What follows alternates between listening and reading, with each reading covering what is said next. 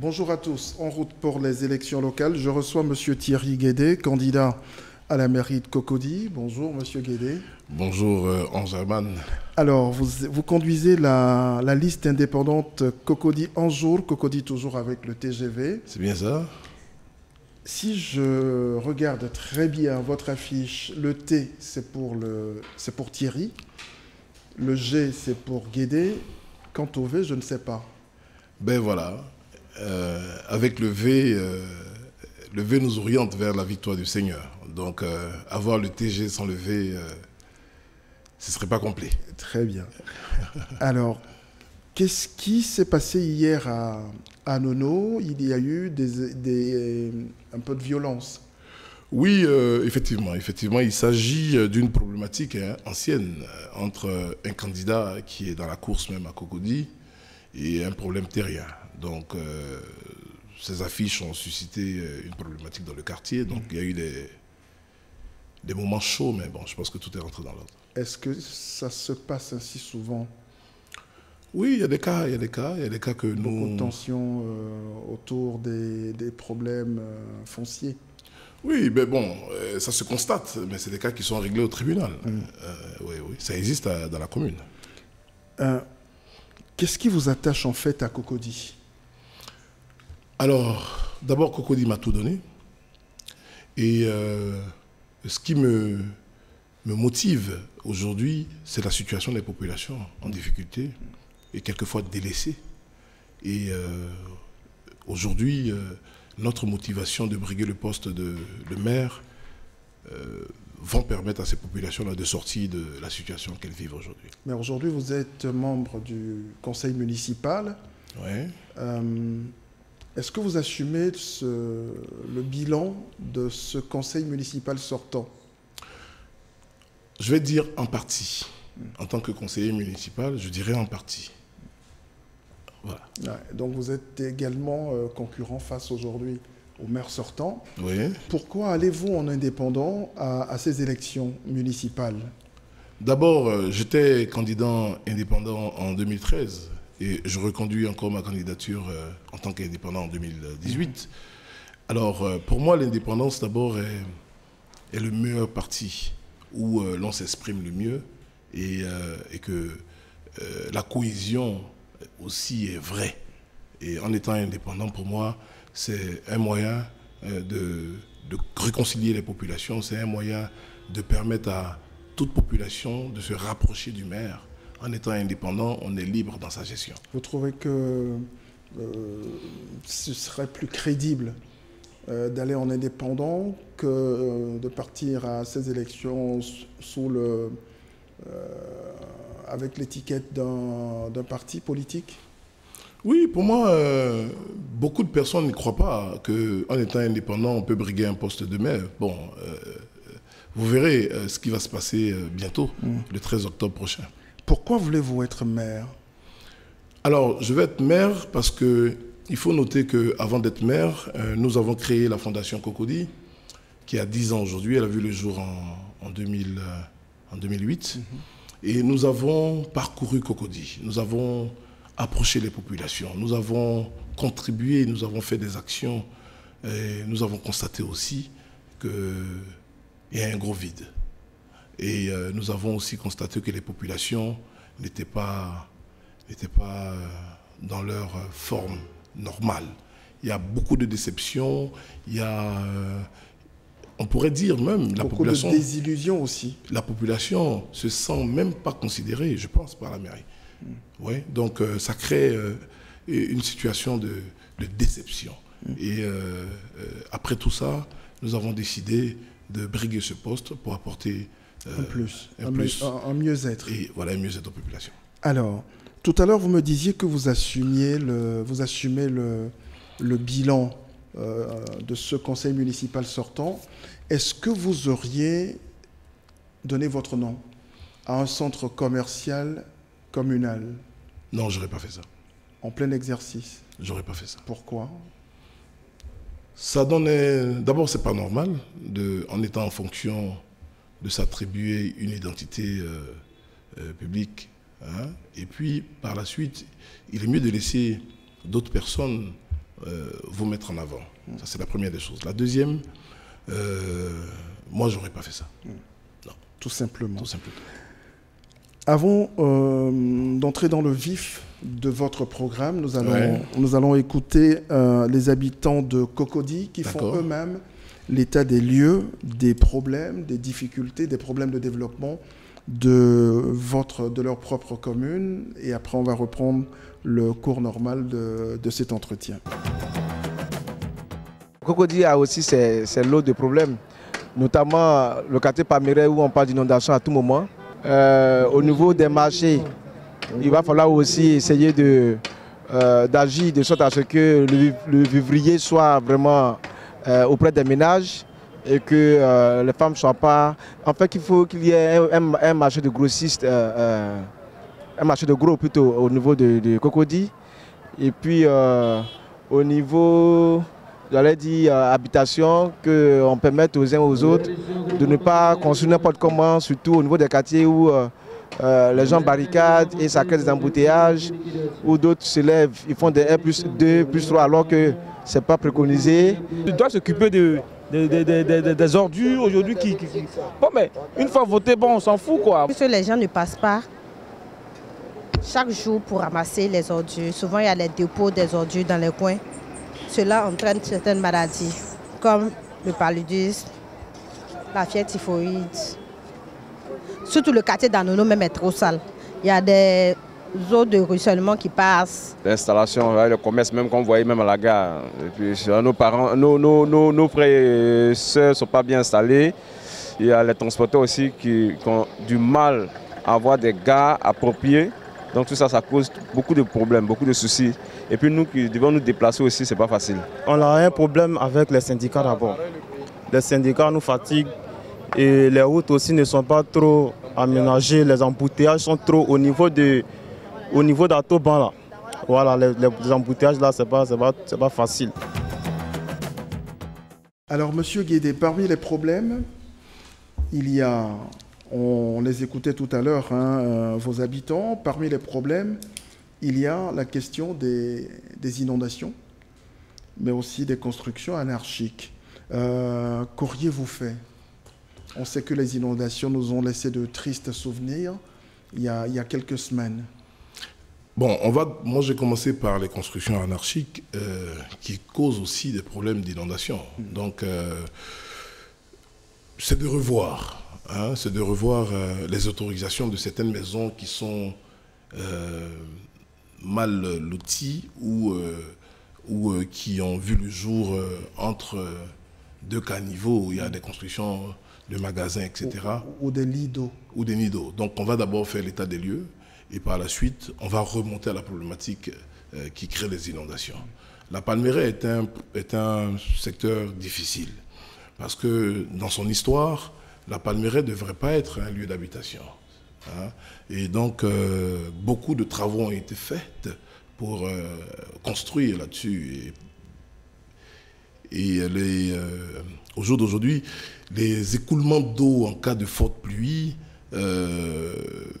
causent des dégâts. Causent des dégâts parce que la Palmeraie devrait être en principe une usine de palmeraie dans le temps. Et des dispositions pratiques avaient été prises pour que l'écoulement d'eau se fasse autrement. Alors, vu que maintenant c'est devenu des lieux d'habitation, du dallage a été fait de telle sorte qu'on puisse utiliser l'espace. Donc l'infiltration d'eau ne pouvant pas se faire, l'écoulement d'eau entraîne des dégâts. Et au jour d'aujourd'hui, quelles que soient les fines de pluie, il y a cette problématique déjà sur la Palmeraie. Donc il faut repenser la chose. Et la mairie de Cocody pourra aussi s'y intéresser parce que c'est un cas qui est assez très relevé et qui concerne le gouvernement. Alors, qui devrait s'occuper de ça? Non, la mairie en particulier, d'abord, en partie, parce que c'est dans sa commune. Son rôle, c'est de mieux comprendre la problématique et puis trouver avec le gouvernement les moyens qu'il faut pour éviter que les populations se retrouvent encore dans ces situations. Jusqu'à pas longtemps, c'est la mairie qui délivre les permis de construire. Oui, je vais dire ça, mais pour le dossier de la Palmeraie, il faut aller un peu en profondeur. Mais effectivement, à un moment donné, concomitamment avec le ministère de la Construction, la mairie délivre parce que c'est dans sa commune que l'individu construit. Donc les responsabilités de ce qui partagées. arrive aujourd'hui sont partagées. Sont partagées, effectivement. Ouais. Alors, autre préoccupation des populations, c'est comment mieux pourvoir aujourd'hui les marchés de Cocody en produits vivriers. Bon, est-ce qu'il faut construire aussi j'ai cru entendre dans l'élément un ami dans l'élément qui demandait qu'il faut construire un grand marché pour faire un grand marché de gros. Je ne suis pas sûr que ce soit ça la solution. Il faut qu'il y ait des marchés. Déjà des marchés, bien organisés. Bien organisés, parce que dans des marchés, il y a beaucoup de choses. Il y a l'électrification, il y a la conduite d'eau, il y a des vivres, et puis il y a des personnes qui aussi font, comment je peux dire, des connexions qui provoquent des problèmes. Donc il faut assister ces marchés-là, il faut les assister. La mairie mettra une brigade. Bon, le terme pourrait à l'air dur, mais non, une assistance auprès des marchés pour éviter que les marchés prennent feu. Alors, parlons des marchés. Ouais. Pourquoi c'est si compliqué aujourd'hui pour une femme, un commerçant, par exemple, de s'installer dans les marchés de Cocody? C'est tellement plus cher. L'obtention des places, l'obtention des boutiques. Ouais. Pourquoi c'est si cher à Cocody qu'ailleurs? Tout dépend du promoteur. Ça dépend de l'accord que la mairie ou les prestataires ont avec les promoteurs. Bon, là aussi, je pense que quand nous allons créer le Conseil économique et social, ça va permettre de régler tous ces problèmes. Ça va permettre de pouvoir justement ajuster, harmoniser et participer éventuellement au débat pour que les populations puissent bénéficier de certains avantages. Donc ces locations les coûts de ces locations seront harmonisés avec vous. Justement, la mairie va jouer ce rôle-là, d'accompagner les populations dans ce sens. Il y a un autre problème. Lequel? Un gros problème. C'est le problème de la gestion des ordures ménagères. D'accord. Je vais vous dire quelque chose qui pourrait vous déplaire, vous m'en excusez. Cocody, c'est une commune UP, mais Cocody est sale. Ça, c'est vrai. C'est vrai que Cocody est sale, en commençant par les ordures. Alors, je vais attirer votre attention sur un fait qui est clair. Aujourd'hui, je suis sûr que vous n'avez jamais estimé le nombre d'ordures que vous produisez par jour ou par semaine. Non, pas encore. Alors, le problème que nous avons, c'est que les populations sont en face des prestataires, qui sont des précollecteurs d'ordures, qui ne connaissent pas vraiment. Donc, ils ont un coût franc qui paye, ça dépend des zones. Mais en fait, en réalité, quand on enlève l'ordure devant la maison du dernier, mais les ordures se retrouvent dans la rue. Et la problématique, c'est que nos populations payent de l'argent à des personnes, à des inconnus, qui en fait vont reverser ces mêmes ordures dans la rue ou chez le voisin d'à côté. Donc ils payent leur propre malpropreté. Exactement. Et aujourd'hui, ça n'existe pas une collaboration franche d'accompagner les populations vis-à-vis de cette problématique qui reste encore posée. Alors nous proposons de mettre en place une structure qui va accompagner et sécuriser la population. Donc mieux organiser la filière. D'abord. Ensuite, mettre à la disposition des populations des poubelles dont le tri au départ va se faire. Donc il y a un travail d'éducation. Ça, effectivement. Donc en plus de l'éducation, il y a la sécurité sanitaire, il y a aussi la sécurité financière. Parce qu'un coût pourrait être harmonisé et des solutions pourraient être trouvées au cours du débat au sein du Conseil économique. Et cela va permettre justement à la mairie, de bout en bout, de contrôler ces ordures. Et maintenant, le traitement des ordures, ça, c'est aussi une autre opportunité de fait. À vous entendre, on a comme l'impression que la gestion des ordures ménagères relèverait du début à la fin de la municipalité. Est-ce le cas pour l'instant dans la ville d'Abidjan? Non, déjà parlons de Cocody, non. Aujourd'hui, c'est laissé pour compte. Tout le monde peut venir à la mairie de Cocody ou à Cocody parler à une population pour enlever ses ordures. Donc c'est un peu suivi par des présidents de syndic qui acceptent que qu'une structure ou un individu rentre dans la commune, dans sa cité, pour faire des enlèvements. Mais quand elle sort de cette cité, on ne sait plus où vont les ordures. Qu'allez-vous faire des gares anarchiques qui jonchent aujourd'hui la commune de Cocody? Il faut noter que déjà, là on parle du transport. Ouais. Alors, au niveau du transport, nous avons constaté de véritables problèmes. D'abord en matière de sécurité. Les populations ne sont pas en sécurité. Les populations sont livrées à elles-mêmes. Aujourd'hui, une population qui montre dans un véhicule ne peut même pas imaginer que ce véhicule est conduit par quelqu'un qui n'a pas le permis. Comme vous constatez avec moi. Donc, et ce n'est même pas la problématique du client, parce que lui, il monte dans le taxi, il va à un point... Il veut se déplacer. Il veut se déplacer. Alors, la mairie va changer ce concept. D'abord, il faut pouvoir numériser, donc nominer ou mettre des numéros sur les deux portières en grand caractère. Cela va permettre à tout un chacun de faire la police à tous les niveaux, de voir qu'un taxi numéro XYZ est passé par là, déjà. Et que son chauffeur aurait agressé. Et que son chauffeur aurait agressé. Mais en fait, pour repérer le chauffeur aussi, le numéro que nous allons adjoindre sur les portières sera l'identifiant du véhicule. Et nous allons aussi permettre, parce que quelquefois on a des véhicules de taxi que je vais dire ça comme ça, et voilà, et qui éventuellement sont affiliés à un propriétaire qui n'est pas forcément un chauffeur, en fait, qui n'est pas le chauffeur du taxi. Donc, nous allons adjoindre au taxi identifié par un numéro sur sa portière, qui sera son identifiant, sera rattaché au propriétaire du véhicule ou au premier chauffeur avec 2 suppléants. Alors, aujourd'hui, un véhicule aura 3 chauffeurs et cela va permettre à la population d'être en sécurité. Qu'allez-vous faire des Niabro? Les Niabro, d'abord, il faut noter que c'est une problématique qui est née du volume qui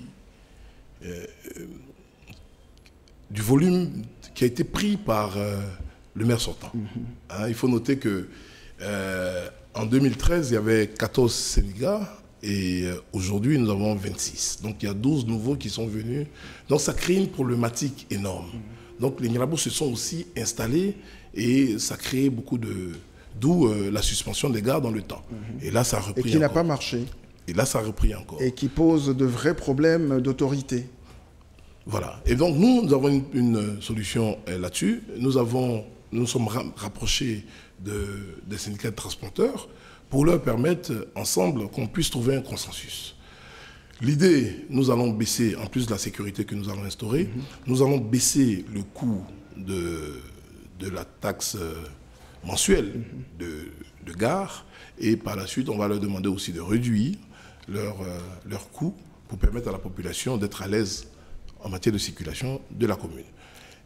Et par la suite, nous allons même les accompagner à mettre en place un service de santé, en ce qui les concerne, mais pour sécuriser la population, si nous revenons sur ce point, nous serons très exigeants sur un double contrôle du véhicule, même quand le véhicule vient d'un contrôle, contrôle technique. Nous allons mettre un autre contrôle technique au service communal pour permettre aux taxis d'être en phase avec la demande ou l'idée de la mairie. Ça pourrait faire doublon, non? Oui, mais en fait, nous ne doutons pas un instant, mais seulement ça nous permet de pouvoir vérifier aussi que nos véhicules qui transportent nos populations sont vraiment passés au service technique de contrôle. Et surtout expliquer préalablement aux populations que c'est dans leurs intérêts. Oui, pourquoi? Parce qu'aujourd'hui, les taximètres prennent le trottoir, ils roulent de façon anarchique et quelquefois ils ont même des termes qui choquent les populations. Donc aujourd'hui, ce numéro que nous allons adjoindre sur les portières, avec un système d'information numérique que nous allons mettre à la portée de la population, va permettre justement à tout un chacun de faire des photos avec des commentaires des taxis qui éventuellement ont des conduites, des comportements qui ne sont pas en phase avec la loi. Très bien. Voilà. Alors nous allons maintenant entrer dans le vif de vos propositions. En gros, il y en a 50, mais ce n'est pas que des propositions, ce sont surtout des engagements. C'est ça. Ça veut dire qu'on va vous juger d'ici quelques années, si vous êtes élu maire, sur vos résultats. On va vous interpeller là-dessus. C'est ça, effectivement. Alors, le premier point de votre programme de développement, c'est la gouvernance communale. Exactement. De quoi cela retourne? Comment garantir aujourd'hui une totale transparence, comme vous le dites si bien dans votre document, du fonctionnement administratif déjà? Alors, déjà, avant de répondre à la question, nous allons justement au sein de la bonne gouvernance mettre en place un conseil économique, social et environnemental. Vous en parliez tout à l'heure. Voilà. Et au sein de ce conseil, nous allons trouver tous les présidents de syndics, les présidents d'associations de quartier. Nous allons associer les opérateurs économiques, nous allons associer les chefs religieux, nous allons associer les chefs traditionnels, aussi l'association des retraités, nous allons associer les jeunes et les femmes. Et ça va se faire suite à un découpage que nous allons faire sur la commune, et nous allons mettre des dispositions pratiques afin que toutes les populations se retrouvent au sein du Conseil économique et social. Alors, ensuite, nous allons avoir une gestion déconcentrée pour permettre justement aux populations d'être vraiment à un pas de leur mairie. Parce qu'il est difficile aujourd'hui de quitter Djorobité, de quitter Abata pour aller faire une documentation à la mairie de Cocody. Et je pense que... En clair, vous allez construire? Nous allons construire. Nous allons construire, ou dans un premier temps, nous allons mairies. C'est ça, des mairies annexes qui vont faire usage de mairies auprès des populations. Alors, il y a un vrai problème aujourd'hui quand on va à la mairie de Cocody, c'est la question de la gestion de l'état civil. Ouais. C'est plus qu'un marché. C'est vrai, vous avez parfaitement raison. C'est même pas à l'image de Cocody, mais ne vous en faites pas, dans 2 semaines, tout va changer. Qu'est-ce qui va changer? Mais d'abord, nous allons repenser la chose. Parce qu'on a une densité, une capacité de documents qui sortent du Conseil de l'état civil. Et donc, il y a du monde, il y a du monde qui fréquente ce lieu-là. Et d'abord, il faut revoir l'accueil. Ensuite, il faut revoir la méthodologie de demande de documents et aussi la rapidité de mettre à la disposition du demandeur son document au même moment. Et cela passerait également par l'informatisation du système? D'abord, ce point-là concerne ceux qui se déplacent. D'accord. Le deuxième point, c'est la forme numérique. D'accord. Nous allons numériser le service parce qu'il y a des dispositions pratiques qui sont prises par la loi de mettre à la disposition des populations des documents certifiés. Donc, tous ceux qui voudront utiliser l'option digitale pourront bénéficier aussi du service de la mairie et ça fera gagner du temps. Vous voulez réorganiser la vie associative. J'ai trouvé que c'est un point très important à mettre en avant pour une municipalité. Oui. Vous voulez créer une maison des associations. Avec quels moyens allez-vous créer cela? Qui va gérer cette maison et comment va-t-elle fonctionner? Bon, du moment où au début, nous avons conçu ensemble une plateforme dont le débat va se faire avec toutes les populations, je pense que le choix pour la gestion ne sera pas compliqué. Ça, c'est la première des choses. Et créer cette maison associative va permettre à toutes les associations de se retrouver au sein de cette association. Et pour parler d'une voix, afin que nous puissions, au sein du conseil municipal, maîtriser la demande des populations. Donc, voilà. Donc, créer la maison associative, d'abord, ce n'est pas compliqué dans sa réalisation et dans son fonctionnement également. Alors, on parlait de vie associative, de cette maison des associations. Il se fait qu'aujourd'hui, Cocody, la commune UP, c'est aussi la commune de toutes les inégalités. Les inégalités sociales, je veux dire. Est-ce qu'aujourd'hui, vous avez fait une photographie précise, nette, de ces inégalités-là? Si oui, comment entendez-vous, sur quel levier entendez-vous jouer pour les réduire, tout simplement? Bon, d'abord, vous allez voir que chaque fois que je veux résoudre un problème assez sérieux dans la commune, je vais m'appuyer justement sur la gouvernance. Ouais. Parce que c'est le point fort. C'est la clé. C'est la clé. Et par faire maintenant une commission de parité qui va nous permettre de pouvoir déjà faire l'état des lieux de certaines situations et puis les résoudre au cas par cas. Donc voilà. Donc il n'y a pas de... Je veux dire que... d'estimation... Vous allez voir que le point que vous évoquez feront partie justement de la feuille de route du Conseil économique et social. Ils seront à fond sur des points de ce genre, par exemple les quartiers sociaux. Justement, j'allais vous demander, c'est quoi les quartiers sociaux? Parce que ça fait partie de... Oui, en fait, si vous voulez, d'où viennent les quartiers sociaux? C'est des travailleurs qui desservent les populations, qui, à défaut d'arriver tard à leur lieu de travail, ont trouvé des espaces non loin de certaines zones qui sont aujourd'hui devenus des quartiers sociaux. Donc, c'est des populations qui se sont installées et au fil du temps, les choses se sont agrandies.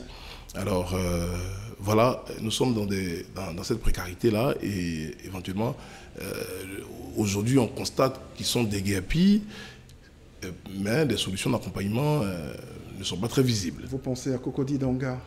C'est un cas. Qu'auriez-vous fait? J'aurais trouvé peut-être une autre forme d'approche. Parce qu'il faut noter que là où vit une population devient la préoccupation de la mairie. Et je crois que la mairie a été très loin de cette situation-là. Et je pense que même les populations en parlent. Bon, c'est fait, mais il faut éviter que cela arrive. Et nous, quand nous serons aux affaires, nous allons nous rapprocher beaucoup plus des populations qui vivent dans des situations de ce genre. Les jeunes également voudraient bien que la mairie se rapproche d'eux et que surtout que la mairie contribue à régler leurs problèmes d'emploi. Qu'est-ce que vous proposez concrètement? Bon, alors, avant même de parler d'emploi, il faut noter que je suis sincèrement touché par la problématique des jeunes. Ils souffrent énormément. Et j'entends dire ça et là, on va donner ou on va faire ça pour vous les jeunes, etc. Mais c'est pas vrai. C'est pas vrai. Les jeunes sont aujourd'hui meurtris. Ils n'ont même pas de repères. Ils savent même pas où aller. Qu'est-ce que vous proposez pour Très bien. changer les choses? D'abord, nous sommes en train de faire l'état des lieux depuis très longtemps. Nous continuons encore parce qu'il y a des nouveaux majeurs. Ça prend du temps. Ça prend du temps, mais croyez-moi, nous avons commencé à travailler sur ce projet-là depuis 2006. De 2006 à ce jour, rappelez-vous que j'ai été candidat en 2013. Pour être candidat, il faut s'apprêter, il faut prendre le temps de mieux connaître sa cité. Je veux dire que nous sommes aujourd'hui dans un processus où nous maîtrisons mieux la problématique des jeunes. Et nous constatons que rien n'est fait au jour d'aujourd'hui. Donc nous allons d'abord, mettre à leur disposition une table d'écoute. D'abord, leur permet de pouvoir savoir à qui ils parlent. Ensuite, au sein encore du Conseil économique et social, nous allons signer des accords ou des partenariats. Là, c'est le maire partenaire avec les opérateurs économiques de la commune. Vous êtes un opérateur économique, vous êtes une structure, nous sommes sur votre plateau aujourd'hui. Il pourra y avoir des jeunes qui aiment ce corps de métier. Vous voyez que notre contact que nous faisons aujourd'hui peut nous permettre de vous faire venir quelqu'un. Alors, donc, la mairie est une boussole sociale. La mairie est là où on s'exprime. Vous allez voir qu'aujourd'hui, les populations se retrouvent beaucoup plus dans des églises. Parce qu'elles ont perdu, ou la mairie n'a jamais mis à leur attention une forme sociale ou une table ronde d'écoute ou quelque chose qui pourrait les motiver à venir. Aujourd'hui, s'il y a un jeune qui va à la mairie de Cocody, elle ne saura pas quelle porte il faut taper. Alors, quand on parle de formation, d'insertion, ou encore d'accompagnement, ou de financement ou préfinancement, c'est des projets que nous allons mettre à l'attention des jeunes. Très bien. Il y a une question essentielle. Si votre action à la tête de la mairie devait être efficace, cela passerait également par l'épineuse question du transfert des compétences. Vous qui êtes aujourd'hui conseiller municipal, comment ressentez-vous aujourd'hui l'impact de la non-effectivité de ce transfert de compétences sur votre action communale, déjà? Bon, c'est même un appel que je vais faire. Je vais motiver tous ceux qui sont candidats indépendants de se battre et gagner.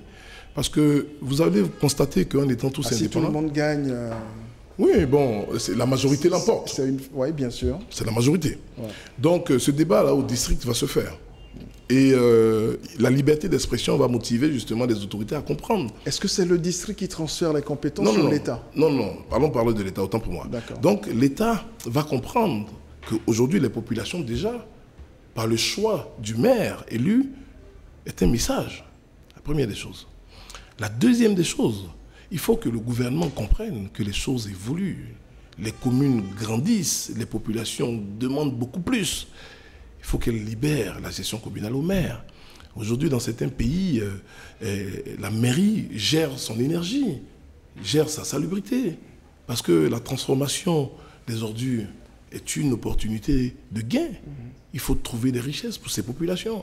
Donc c'est là où la mairie devrait beaucoup plus s'exprimer. Parce que, vous notez avec moi, une mairie qui fait ses recouvrements, elle transmet le recouvrement au Trésor.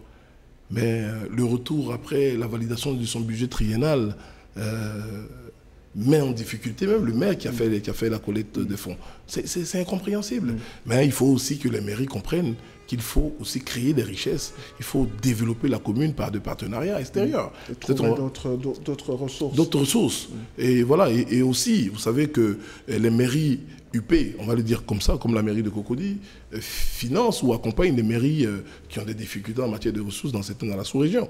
Donc, il faut laisser ces mairies-là travailler normalement et puis apporter beaucoup plus d'investissements à des mairies qui sont en difficulté. Cette émission touche pratiquement à sa fin, mais vos 50 propositions qui en fait sont des engagements, combien cela va coûter aux contribuables de Cocody? Ben, pas grand-chose, c'est de me choisir seulement, c'est tout. Le seul coût, c'est de me mettre à la mairie, il n'y a pas de coût. Quand vous regardez bien, malheureusement, on peut pas lire ça aux téléspectateurs. Mais il n'y a rien de compliqué dans tout ce qui est dit. C'est que des cas qui sont réalistes et réalisables. Le tout dernier point de vos 50 propositions, c'est la diplomatie municipale. Vous allez vous ouvrir certainement à d'autres municipalités à travers le monde. Que feriez-vous par exemple avec Paris?